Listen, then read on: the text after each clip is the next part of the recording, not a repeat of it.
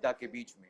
हालांकि ये तो जग जाहिर है कि उन लोगों के बीच में कॉन्फ्लिक्ट बहुत पहले से था, लेकिन राष्ट्रीय लेवल पर अभी कुछ दिनों पहले खुलकर सामने आ गया।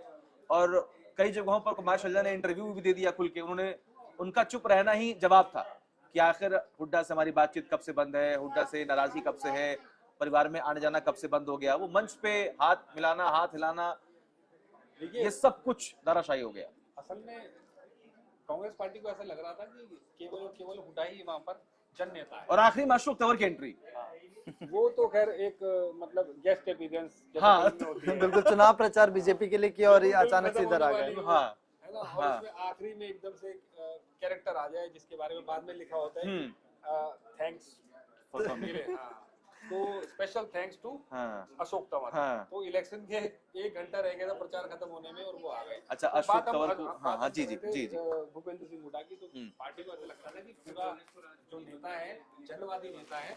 और मेरे कई दोस्तों से बात हुई जो हमारे राजस्थान में और इधर उधर आसपास के इलाकों में जिनकी रिश्तेदारियां हैं, अहिरवाल में है, इधर है, तो उनसे बात हुई तो उन्होंने बोला अरे नेता जन नेता तो हुड्डा ही है, हुड्डा जन नेता है, जन नेता नहीं है, 1-2 सीट निकाल सकती है। कांग्रेस ने सही किया। कल तक वो ये कह रहे थे कि हाँ बहुत अच्छा है, पूरा फुल फ्लैश कांग्रेस आएगी। आज जब मैं उनसे बात कर रहा हूँ तो वे कह रहे हैं कि केवल जाटों के दम पर थोड़ी ना चुनाव जीता जा सकता है, और भी तो बिरादरियां हैं। शैलजा को दरकिनार करना नुकसानदायक हो गया, वहां से सुरजेवाला को नुकसानदायक हो गया, उधर से और बिरादरी के नेता पहले कैसे कि नेता पलटते हैं, अब तो कार्यकर्ता। और यादवों से किसी को नहीं लिया, समाज से किसी को नहीं लिया, तो पंजाबियों से किसी को नहीं लिया।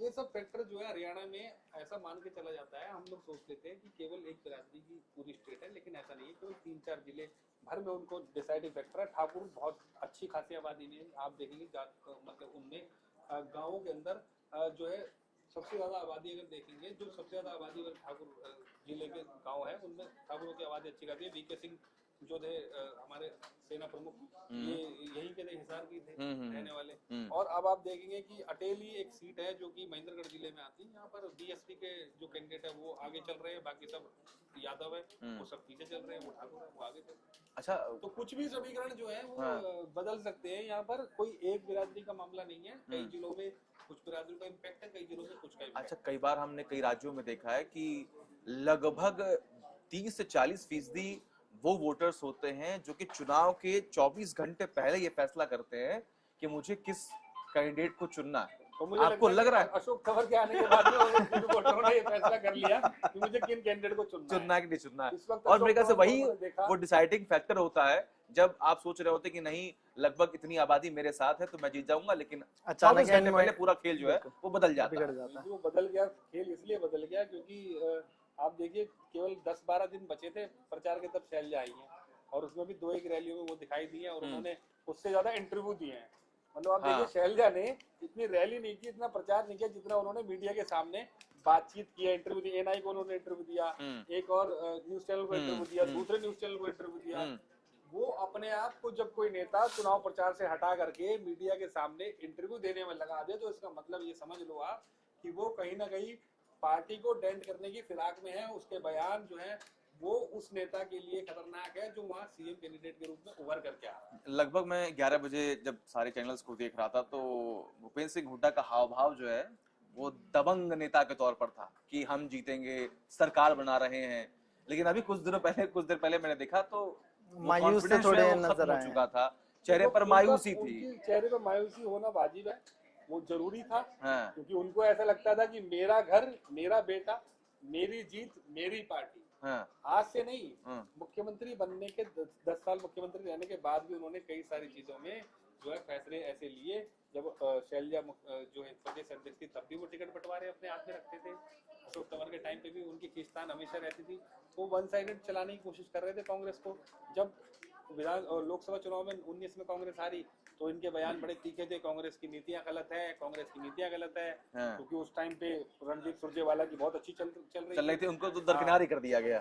तो इस वजह से फिर ये मुखर होकर के बोल रहे थे कांग्रेस का पतन हो जाएगा अगर ऐसे करती रहेगी तो, क्षेत्रीय नेताओं का सम्मान नहीं करेगी तो क्षेत्रीय नेता मतलब वो खुद ही नेता है क्षेत्रीय, और कोई नेता नहीं है। पूरे हरियाणा में केवल एक ही क्षेत्रीय नेता है, भूपेंद्र सिंह हुड्डा। उसके बाद उनका बेटा छोटे वाले हुड्डा, तो छोटे हुड्डा और बड़े हुड्डा ने मिलकर के कांग्रेस को कहीं ना कहीं अब शैलजा कहीं खुश नजर आ रही होंगी कि हाँ जो मेरा फैसला था वो आला कमान ने नहीं सुना और हुड्डा का जो फैसला था वो सुना, लेकिन अब वो फेल साबित हो गया।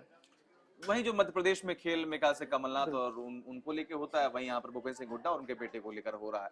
लेकिन खैर इन सबसे तरफ ये देखना होगा कि आंकड़े जो हैं वो और कितने राउंड जो है वो यहाँ पर काउंटिंग जो है वो बची हुई है, और इस काउंटिंग में आंकड़े जो है वो फिलहाल अगर हम देखें तो हरियाणा में बीजेपी अब 51 पर पहुंच चुकी है, यानी कि 50 का आंकड़ा पार कर चुकी है। कांग्रेस 34 है, जेजेपी तो 0 पे है, आईएनएलडी 1, बीएसपी 1 और अदर्स की अगर हम बात करें तो वो 3 है। अभी ये जो आंकड़ा है वो समझ में हमें आ रहा है। लेकिन ये जो इंडिपेंडेंट की जब हम बात करते हैं 3 हो या 4 हो, अभी चलो आगे पीछे हो रहा है, फ्लक्चुएट हो रहे हैं ये आंकड़े, लेकिन ये जो इंडिपेंडेंट है इनमें से आधे से ज्यादा ऐसे नेता हैं जो जेजेपी छोड़ करके निर्दलीय उम्मीदवार बनने का फैसला लिया उन्होंने, या फिर वो दूसरी पार्टी में गए, या फिर बीजेपी से छोड़ करके वो लोग खुद निर्दलीय चुनावी मैदान में उतरे। और आपने बात की कि और चर्चा चल भी रही है हर जगह हरियाणा में कि बीजेपी ने कोशिश की है कि वो जातीय तरीके से इस चुनाव को खेलेगी, ठीक है, लेकिन कांग्रेस ने भी कोशिश की कहीं ना कहीं कि ब्राह्मण वोट बैंक को वो अपने पास खींचेगी। ब्राह्मण वोट बैंक हरियाणा में अगर बात करें तो 5% है, और कोशिश तो की कांग्रेस ने कि हम ब्राह्मण कल्याण योजना लेकर के आएंगे, उससे कहीं ना कहीं उनको ये उम्मीद थी कि क्या पता ब्राह्मण वोट बैंक उनके खाते में आ जाए, लेकिन वो नहीं आ पाया। अब देखिए मैनिफेस्टो आप बोलते रहिए, मैं आपको और रही बात सैलजा की, तो सैलजा एक्टिव तो हुई 10-11 दिन पहले, लेकिन वो तब भी नाराज थी। भले मंच पे एक साथ आ रही हो, लेकिन आला कमान ये चीज अच्छे से जानता था कि ये जो नाराजगी है ये खत्म नहीं हो सकती। कोशिश पूरी की गई आला कमान की तरफ से, लेकिन ऐसा नहीं हुआ। और जब फिर अशोक तंवर को लाए गए तो वो खटपट और ज्यादा बढ़ गई। भले वो चुनाव प्रचार के आखिरी दिन आए, लेकिन तब ये खटपट अंदर और होने लगी। और इसका फायदा बीजेपी ने कैसे उठाया, भले आला कमान सैलजा के मुद्दे को शांत कर देता, अंदरूनी रखता, लेकिन बीजेपी ने क्या किया, उस मुद्दे को भुनाने के लिए सैलजा को 2 से 3 बार ऑफर दे दिया कि आप हमारे साथ आइए, हम आपका सम्मान करेंगे, आपको उधर अपमानित किया जा रहा है। इस तरीके से बीजेपी ने कोशिश की है कि कांग्रेस का वोट बैंक किस तरीके से वहां पर अब देखिए संकल्प पत्र की बात करते हैं, क्योंकि सबको यही उम्मीद थी कि जो मैनिफेस्टो कांग्रेस की तरफ से जारी किया गया था उसके बलबूते पे कांग्रेस जो है वो भरपूर उनको मात्रा में वोट मिलेगा और वो वापसी जो है, जो वनवास था लगभग 10 साल का, वो पूरा हो जाएगा। एक बार मैं आपको बताता हूं कि आखिर क्या क्या यहाँ पर तमाम दावे और वादे जो है कांग्रेस और बीजेपी की तरफ से किए गए थे। कांग्रेस की तरफ से कहा गया था कि महिलाओं को हर महीने 2000 रुपए दिए जाएंगे। बीजेपी ने कहा था कि हम 2100 रुपए जो है वो हर महीने देंगे। पुरानी पेंशन स्कीम को लागू करेंगे जैसा कि हिमाचल में किया गया, और वहां पर फायदा जो है कांग्रेस को, लेकिन यहाँ पर वो फायदा नहीं दिख रहा है।